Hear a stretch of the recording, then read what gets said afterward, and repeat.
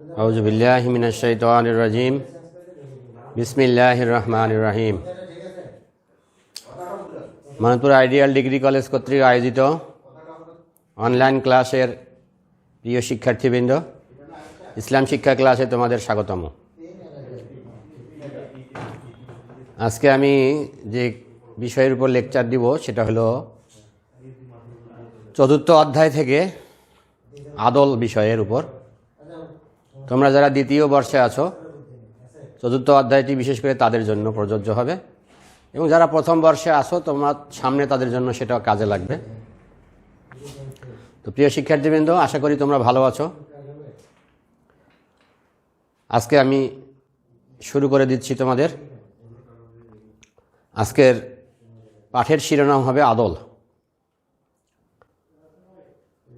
আদল শব্দের অর্থ হলো ন্যায় বিচার করা, ভারসাম্য রক্ষা করা, সমতা রক্ষা করা, যার যে অধিকার তাকে সেটা যথাযথভাবে দিয়ে দেওয়া, দুইজনের মধ্যে কোনো জিনিস বন্টন করলে কোনো পক্ষপাতিত্ব না করা, কম বেশি না করা। আর আদলের প্রতীক হইল দাড়িপাল্লা। মিজান শব্দটি আল্লাহ ব্যবহার করেছেন সূরা আর-রহমানে, অসংখ্যবার আল্লাহ ব্যবহার করেছেন মিজান শব্দটিকে। ন্যায় বিচারের মানদণ্ড প্রতীক হইল দাড়িপাল্লা। আমরা দেখি যে হাইকোর্ট, সুপ্রিম কোর্টে সেখানে দাড়িপাল্লার ছবি দেওয়া আছে। আদালত হইল ন্যায় বিচারের একটা জায়গা, এবং আদল শব্দ থেকেই আদালত শব্দটি এসেছে, যেখানে ন্যায় বিচার করা হয়। ইসলামী পরিভাষায় যার যে প্রাপ্য অধিকার কোনো রকম কম বেশি না করে তার অধিকার তাকে যথাযথভাবে দিয়ে দেওয়াটাই হলো আদল। যেমন আল্লাহর হক আল্লাহকে দেওয়া, বান্দার হক বান্দাকে দেওয়া, এবং দুইজন বান্দার মধ্যে কোনো জিনিস বন্টন করার সময় সমতা রক্ষা করে যথাযথভাবে তাদের অধিকারটা দিয়ে দেওয়াটাই হলো আদল। মহান রাব্বুল আলামিন আদলের ব্যাপারে কোরআনে অনেক আয়াতে অনেকভাবে আমাদের দিক নির্দেশনা দিয়েছেন। ন্যায় বিচার করার জন্য আল্লাহ আমাদের আদেশ করেছেন। আল্লাহ বলেছেন, ওয়াইজা হাকামতুম বাইনান নাস ফাহকুম বিল আদল। যখন তোমরা কোনো নির্দেশ দিবে, কোনো বিচার ফয়সালা করবে, তখন তোমরা ন্যায়পরায়ণতার সাথে করবে। এবং এই ন্যায়পরায়ণতার কাজটি হলো তাকওয়ার খুবই নিকটবর্তী। আল্লাহ পাক বলেছেন, এদিলু হুয়া আকরাবু লিত তাকওয়া।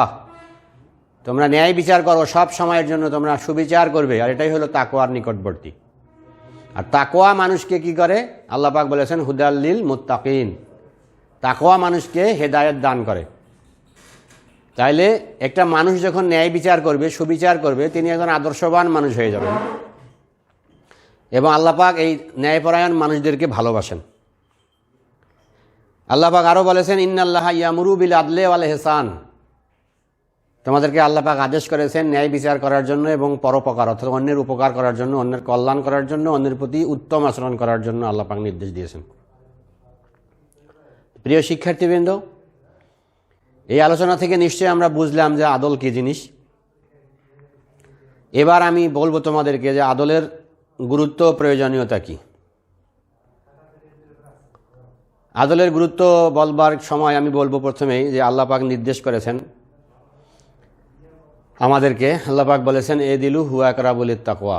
তোমরা ন্যায় বিচার করো, এটা তাকওয়া অর্জনের খুবই সহায়ক, তাকওয়ার নিকটবর্তী এটা। অর্থাৎ ন্যায় বিচার করতে করতেই একটা লোক ভালো মানুষ হয়ে যেতে পারে। দ্বিতীয়ত বলবো শান্তির রক্ষা কবচ। আজকে আমরা আমাদের পরিবারে, সমাজে, আমাদের রাষ্ট্রে তথা বিশ্বে যদি আমরা শান্তি প্রতিষ্ঠা করতে চাই, তাহলে আমরা বলবো যে তার পূর্বে আগে সুবিচার প্রতিষ্ঠা করতে হবে।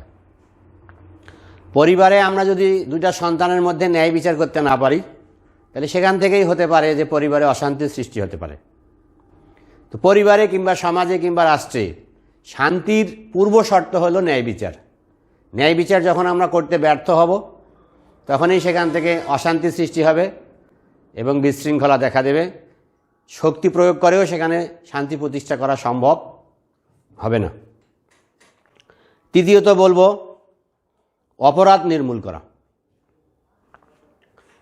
যদি আমরা অপরাধমুক্ত সমাজ গঠন করতে চাই, তাহলে সমাজে সুবিচার প্রতিষ্ঠা করতে হবে। আর সুবিচার হলো যার যা প্রাপ্য তাকে সেটা দেওয়া। একজন লোক যদি অপরাধ করে তাকে শাস্তি না দিলাম আমি, এটাও আদল বা ন্যায় বিচারের পরিপন্থী হয়ে গেল। যার যা প্রাপ্য তাকে সেটা দিতে হবে। যার ভালো কর্ম তাকে ভালোটা দিতে হবে, তার প্রতিদান দিতে হবে, ভালোর প্রতিদান ভালো। হাল জাযাউল ইহসান ইল্লাল ইহসান, ভালোর প্রতিদান অবশ্যই ভালো ছাড়া আর কিছুই হতে পারে না। তো একজন যদি অপরাধ করে তাকে শাস্তি দিতে হবে, এটাই তার প্রাপ্য। যখন আমরা একজন অপরাধীকে শাস্তি দেব না, তখন সমাজ অনিরাপদ হয়ে পড়বে।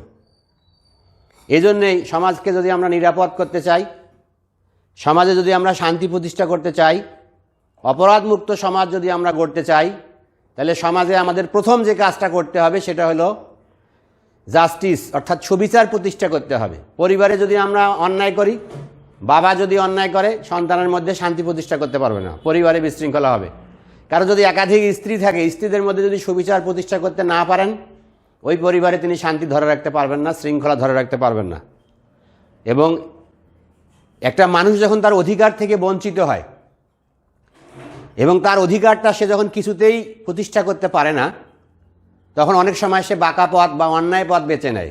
এখান থেকেই মানুষ অনেক সময় জুলুমের পথ, সন্ত্রাসের পথ কিংবা হত্যার পথ বেছে নেয়। যখন তার অধিকার থেকে কেউ বঞ্চিত হয়, হতাশ হয়ে পড়ে যে আমার অধিকার প্রতিষ্ঠার কোনো জায়গা নাই, হতাশা থেকে মানুষ বিপদগামী হয় এবং তখন সমাজে অপরাধ করে। এই জন্য আমরা যদি অপরাধমুক্ত সমাজ প্রতিষ্ঠা করতে চাই, তাহলে আদল অবশ্যই আমাদেরকে গ্রহণ করতে হবে, সমাজে সুবিচার প্রতিষ্ঠা করতে হবে। চতুর্থত আমি বলবো তাকওয়া অর্জনের সহায়ক। আল্লাহ পাক পবিত্র কোরআনের সূরা বাকারায় বলেছেন, আলিফ লাম মিম জালিকাল কিতাব লা রাইবা ফি হুদাল লিল মুত্তাকিন। আল্লাহ পাক যদিও কোরআন নাজিল করেছেন সকল মানুষের জন্য, শাহরুর রমাজানাল্লাযী উনজিলা ফিহিল কোরআন হুদাল্লিন নাস, আল্লাহ এখানে হুদাল্লিন নাস বলেছেন, অর্থাৎ কোরআন এসেছে পৃথিবীতে, আল্লাহ পাক কোরআন পৃথিবীতে দিয়েছেন সকল মানুষের হেদায়েতের জন্য। কিন্তু প্রত্যেকের ঘরে ঘরে কোরআন আছে, কিন্তু সবাই কি হেদায়েত পায়? পায় না। সূরা বাকারায় আল্লাহ বলেছেন হুদাল্লিল মুত্তাকিন। যদিও আল্লাহ কোরআন দিয়েছেন সকল মানুষের হেদায়েতের জন্য, কিন্তু কোরআন থেকে হেদায়েত গ্রহণ করতে পারে তারাই যাদের মধ্যে তাকওয়া আছে। তো তাকওয়া একটি গুরুত্বপূর্ণ বিষয়। ঈমান আনার পর একটা মানুষ যদি আল্লাহর প্রিয় বান্দা হতে চায়, আনুগত্যশীল একজন বান্দা হতে চায়, পরকালীন জীবনে যদি সফলতা অর্জন করতে চায়, তাহলে তাকে মুত্তাকি হতে হবে। এই মুত্তাকি হওয়ার যে পন্থাটা, সেটার ব্যাপারে আল্লাহ বলছেন দিলু হুয়া আকরাবুল তাকওয়া, তোমরা ন্যায় বিচার করো, ন্যায় বিচার থেকে, ন্যায়বোধ থেকেই তোমরা তাকওয়াবান হতে পারবে। তাইলে আমরা বুঝলাম যে আমরা যদি ন্যায় বিচারের গুণাবলী অর্জন করতে পারি, এই গুণাবলী অর্জন করতে করতে আমরা তাকওয়া অর্জন করতে পারবো, এবং তাকওয়া অর্জন করলেই আমরা হেদায়েত পাবো, হেদায়েত পাইলেই আমরা দুনিয়াতেও শান্তি পাবো, পরকালীন জীবনেও আমরা নাজাত পাবো। পঞ্চমত বলবো অধিকার এবং মর্যাদার রক্ষা কবচ। আদল হলো অধিকার প্রতিষ্ঠার রক্ষা কবচ, মর্যাদা প্রতিষ্ঠার রক্ষা কবচ। আজকে আমরা সমাজে যদি দুর্বল মানুষের অধিকার দিতে চাই, বঞ্চিত মানুষের অধিকার দিতে চাই, তাহলে আমরা যারা শক্তিশালী মানুষ তাদেরকে সত্যের পক্ষে দাঁড়াইতে হবে, ন্যায়ের পক্ষে দাঁড়াইতে হবে, অর্থাৎ প্রত্যেকটা জায়গায় সুবিচার প্রতিষ্ঠা করতে হবে।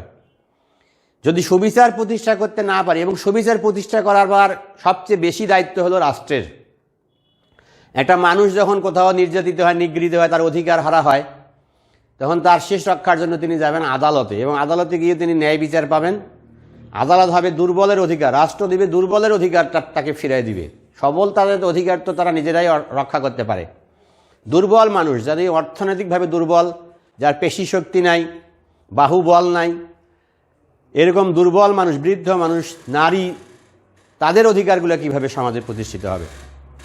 তো আমরা যদি মানুষের অধিকার প্রতিষ্ঠা করতে চাই, প্রত্যেকটা মানুষের, একটা রাখাল যেমন মাঠে যখন গরু নিয়ে যায়, তো তিনি প্রত্যেকটা গরু তার ঠিকভাবে খাচ্ছে কিনা সেটা তিনি লক্ষ্য করেন। সবাইকে খাওয়ানো তার কাজ, সবার সুস্থতা তার কাজ লক্ষ্য করা। তো রাষ্ট্রের দায়িত্ব হলো সমাজে ন্যায় বিচার প্রতিষ্ঠা করার একটা বড় একটা প্রতিষ্ঠান হলো রাষ্ট্র, সমাজের বড় প্রতিষ্ঠান হলো রাষ্ট্র। তো মানুষের অধিকার প্রতিষ্ঠা আমরা করতে পারি, আমাদেরকে সবাই আদলের চেতনায় উদ্বুদ্ধ হতে হবে, আমাদের সবাইকে ন্যায়পরায়ণ হতে হবে। এমনকি অন্যায় যিনি করতেছেন তিনি, আমি নিজে যদি অন্যায় করি, তাহলে আমার নিজে অন্যায় পথ থেকে সরে আসতে হবে। আমার কোনো প্রিয়জন যদি অন্যায় করে, তাকে অন্যায়ের পথ থেকে সরে আসার জন্য বলতে হবে। এবং কাউকে ভালোবেসে, কারো প্রতি দুর্বল হয়ে কাউকে বেশি অধিকার দেওয়া যাবে না। ন্যায়বোধটা হবে তখনই যে আমি রাগ এবং অনুরাগের বশবর্তী হয়ে কোনো সিদ্ধান্ত গ্রহণ করব না। তাহলে আমরা যদি সমাজে ন্যায় বিচার প্রতিষ্ঠা করি, আদল প্রতিষ্ঠা করি, তাহলে প্রতিটি মানুষের অধিকার যথাযথভাবে প্রতিষ্ঠিত হবে এবং মানুষের মর্যাদাটাও প্রতিষ্ঠিত হবে। মানুষের জান এবং মাল নিরাপদ হয়ে যাবে, মানুষের ইজ্জত সম্মান নিয়ে মানুষ সমাজে বসবাস করতে পারবে। কারণ ন্যায় বিচার প্রতিষ্ঠা করার অর্থ হলো কাউকে অন্যায় করতে দেওয়া হবে না, এবং অন্যায়কারী যত শক্তিশালী হোক না কেন তাকে আইনের আওতায় এনে তাকে শাস্তির ব্যবস্থা করতে হবে। এটাই হলো আদলের একটা গুরুত্বপূর্ণ দিক।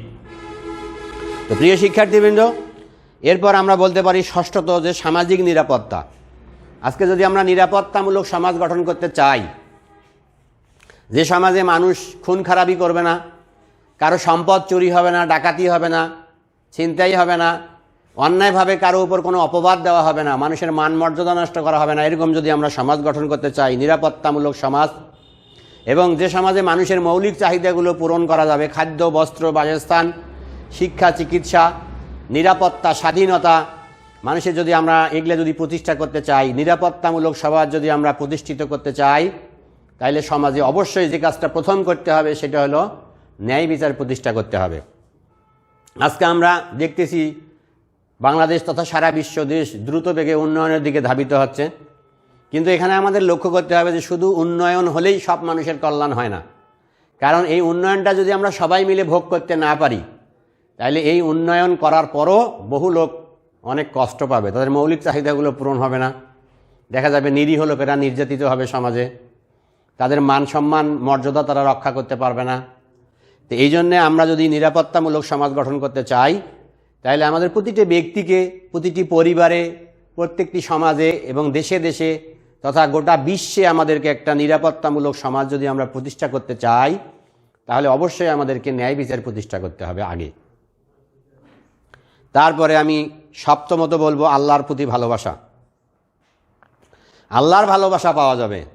সপ্তম যে গুরুত্ব বা প্রয়োজনীয়তা, তাকে আদলের যে প্রয়োজনীয়তা, সেটা হলো আমরা সবাই চাই আল্লাহর সাথে সম্পর্ক তৈরি করার জন্য। যে ব্যক্তি আল্লাহর সাথে সম্পর্ক তৈরি করতে পারবেন, আল্লাহ যার হয়ে যাবে, যিনি আল্লাহর হতে পারবেন, আল্লাহ তার হয়ে যাবে। আল্লাহ বলছেন যে ফাজকুরুনি আযকুরুকুম ওয়াশকুরুলি ওয়ালা তাকফুরুন, তোমরা আমাকে স্মরণ করো, আমি তোমাদেরকে স্মরণ করব।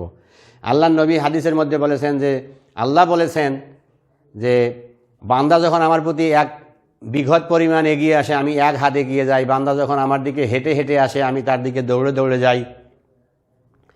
তো বান্দা যখন কোনো দলের মধ্যে আমাকে স্মরণ করে, তখন আমি তার চেয়ে বড় দলের মধ্যে, উত্তম দলের মধ্যে আমি তাকে স্মরণ করি। তা আমরা আল্লাহর সাথে সম্পর্ক রক্ষা করতে চাই, এবং একটা মুমিন মানুষের তার চূড়ান্ত লক্ষ্য হওয়া উচিত আল্লাহর ভালোবাসা অর্জন করা। যদি আল্লাহর ভালোবাসা অর্জন করি, তাহলে দুনিয়াতেও আমার কোনো ভয় নাই, আখিরাতেও আমার কোনো চিন্তা নাই। তো আল্লাহ বলছেন ইন্নাল্লাহা ইউহিব্বুল মুত্তাকিন, নিশ্চয়ই আল্লাহ মুত্তাকিকে ভালোবাসে। অন্য জায়গায় আল্লাহ বলছে যে যারা আদল করে, ন্যায় বিচার করে, আল্লাহ রাব্বুল আলামিন তাদেরকে পছন্দ করেন। তাহলে আদলের গুরুত্ব এখানে আমরা বুঝলাম যে আমরা যদি ন্যায় বিচার করি, ন্যায় বিচার প্রতিষ্ঠার পক্ষে যদি আমরা ভূমিকা রাখি, তাহলে আমরা আল্লাহর ভালোবাসা লাভ করতে পারি। অষ্টমত আমি বলবো 8 নম্বরে আল্লাহর আরশের ছায়ায় স্থান লাভ হবে। যেদিন কিয়ামতের ভয়াবহ দিবসে আল্লাহর আরশের ছায়া ছাড়া আর কোনো আশ্রয় থাকবে না, সেদিন আল্লাহ 7 শ্রেণীর মানুষদেরকে আল্লাহর আরশের ছায়ায় স্থান দিবেন। তার মধ্যে 1 নম্বরে আল্লাহ পাক বলেছেন ইমামুন আদিলুন, যে শাসক, যে বাদশাহ, যে দেশের পরিচালক, রাষ্ট্রপ্রধান বা সরকার প্রধান ন্যায় বিচার করেন, তিনি তার রাষ্ট্রের মধ্যে সুবিচার প্রতিষ্ঠা করেন মানুষে মানুষে, অর্থাৎ ধর্ম, বর্ণ, জাতি নির্বিশেষে, পুরুষ মহিলা সব কিছুর ঊর্ধ্বে উঠে যিনি সুবিচার কায়েম করতে পারবেন রাষ্ট্রের মধ্যে, এরকম ইমামুন আদিলুন, অর্থাৎ এখানে ন্যায় বিচারকারী শাসককে বুঝাইছেন আল্লাহ রাব্বুল আলামিন। সেই দিন তার এই ন্যায় বিচারের কর্মকাণ্ডের কারণে তাকে কিয়ামতের ভয়াবহ দিবসে আল্লাহ পাক তার আরশের ছায়ায় তাকে স্থান দান করবেন। তো এখানেও আদলের গুরুত্ব আমরা বুঝতে পারি। 9 নম্বর বলবো অপরাধ দমন করার জন্য আদলের প্রয়োজন। আমরা যদি আজকে অপরাধমুক্ত সমাজ গঠন করতে চাই, আমরা উন্নয়নের দিকে দ্রুত এগিয়ে যাচ্ছি, শিক্ষায় দীক্ষায় আমরা এগিয়ে যাচ্ছি, জ্ঞান বিজ্ঞানে আমরা এগিয়ে যাচ্ছি, কিন্তু আসলে কি সুখী শান্তিময় সমাজ আমরা কি প্রতিষ্ঠা করতে পারছি? অপরাধ নির্মূল করতে পারছি? অপরাধমুক্ত সমাজ কি আমরা প্রতিষ্ঠা করতে পারছি? আমরা ইতিহাসে বলে থাকি যে আইয়ামে জাহেলিয়াতের যুগ, যেই যুগটা ছিল অন্ধকার, লেখাপড়া ছিল না, মানুষের মধ্যে নীতি নৈতিকতার অভাব ছিল। আজকে যদি আমরা জাহেলিয়াতের যুগের বিষয়গুলো আজকে যদি আমরা মিলাই, তা আমরা লক্ষ্য করব আজকে আমাদের সমাজটাকে, এই জন্য অনেক লোকেরা বলে যে এটা একটা আধুনিক জাহেলিয়াত, অত্যাধুনিক একটা জাহেলিয়াতে বসবাস করছি আমরা। এখানে অনেক শিক্ষা দীক্ষা আছে, জ্ঞানী বিজ্ঞানে তথ্য প্রযুক্তিতে আমরা অনেক দূরে এগিয়ে গেছি, সুখের সামগ্রী আমরা সব কিছুই অর্জন করেছি, মুহূর্তের মধ্যে আমরা সারা পৃথিবীতে ভ্রমণ করতে পারি, অনেক কিছু আমরা অর্জন করতে পেরেছি। কিন্তু আমরা শান্তিময় একটা সমাজ, অপরাধমুক্ত একটা সমাজ আমরা এখনও নিশ্চিতভাবে প্রতিষ্ঠা করতে পারি না। এর কারণ হলো আজকের সমাজে ন্যায় বিচারের বড় অভাব। আমরা পরিবারে যদি লক্ষ্য করি, সেখানেও ন্যায় বিচারের অভাব আছে। একাধিক সন্তান থাকলে বাবা মারা কোনো সন্তানের প্রতি বেশি ভালোবাসা পোষণ করে। সমাজের মধ্যে দেখি যারা টাকাওয়ালা বা যারা রাজনৈতিক ক্ষমতার অধিকারী, প্রভাবশালী, তারা দেখা যায় যে সমাজে অন্যায় করেও তারা পার পেয়ে যায়, কিংবা কোনো কিছু রাষ্ট্রীয় সুযোগ সুবিধা বন্টনের সময় দেখা যায় শক্তিশালীরা বেশি কেড়ে নেয়, দুর্বলেরা বঞ্চিত হয়। এভাবে রাষ্ট্রীয় জীবনে তথা সারা পৃথিবীতেও আমরা লক্ষ্য করি যে আমরা দেখি যে দুর্বলের অধিকারটা আমরা প্রতিষ্ঠা করতে পারি না। এর কারণ হলো আসলে আমরা আদল অর্থাৎ জাস্টিস, সুবিচারের আমরা প্র্যাকটিস করি না। তো সেই প্রিয় শিক্ষার্থীবৃন্দ, 9 নম্বরে আমরা বলতে চাচ্ছি যে অপরাধমুক্ত সমাজ যদি আমরা প্রতিষ্ঠা করতে চাই, তাহলে আমাদেরকে প্রথমে যে কাজটা করতে হবে সেটা হলো আমাদেরকে আদল প্রতিষ্ঠা করতে হবে, অর্থাৎ ন্যায় বিচার প্রতিষ্ঠা করতে হবে। এই মোটামুটি 9টা পয়েন্ট বইয়ের আকারে সংক্ষিপ্তভাবে আমি তোমাদেরকে উপস্থাপন করলাম। তোমরা বইয়ে বিস্তারিত নিশ্চয়ই পড়তে পারবে। এবং আদলের ক্ষেত্র আছে, ব্যক্তিগত জীবনে আদল, পারিবারিক জীবনে আদল, সামাজিক জীবনে আদল, রাষ্ট্রীয় জীবনে আদল, অর্থনৈতিক জীবনে আদল, ব্যবসা বাণিজ্যের ক্ষেত্রে আদল, আন্তর্জাতিক জীবনে এক রাষ্ট্র আরেক রাষ্ট্রের সাথে যেন সুবিচারমূলক আচরণ করে, কোনো জাতি দুর্বল হইলেও তাকে যেন তার অধিকারটা দেওয়া হয়। এইভাবে পৃথিবীর সর্বক্ষেত্রে, প্রতিটা ক্ষেত্রে যদি আমরা ন্যায় বিচার প্রতিষ্ঠা করি, তাহলে বিশ্বটা শান্তিময় হবে, আরও বেশি আমরা সুবিধা ভোগ করতে পারবো এবং দুর্বল সবল সবার অধিকার সমভাবে প্রতিষ্ঠিত হবে। ধর্ম বর্ণ নির্বিশেষে পুরুষ মহিলা সবাই আমরা সুখী এবং শান্তিময় জীবনের অধিকারী হতে পারবো। ইসলামের যে মূল কথা হলো শান্তি, সেই শান্তির সমাজ, নিরাপত্তামূলক সমাজ আমরা প্রতিষ্ঠা করতে পারবো। তো ঠিক আছে প্রিয় শিক্ষার্থীবৃন্দ, আজকে আমি এই পর্যন্ত রাখছি। তোমরা স্বাস্থ্যবিধি মেনে বাসায় থাকবে, সুস্থ থাকবে, ভালো থাকবে, আল্লাহ তোমাদের ভালো রাখুক। এবার আর অল্প দিনের মধ্যে হয়তো আমরা প্রতিষ্ঠান খুলে যাওয়ার আশা করতেছি। আল্লাহ পাক আমাদের সেই পর্যন্ত সুস্থ রাখুক, ভালো রাখুক। সবাইকে ধন্যবাদ। আসসালামু আলাইকুম রহমতুল্লাহ।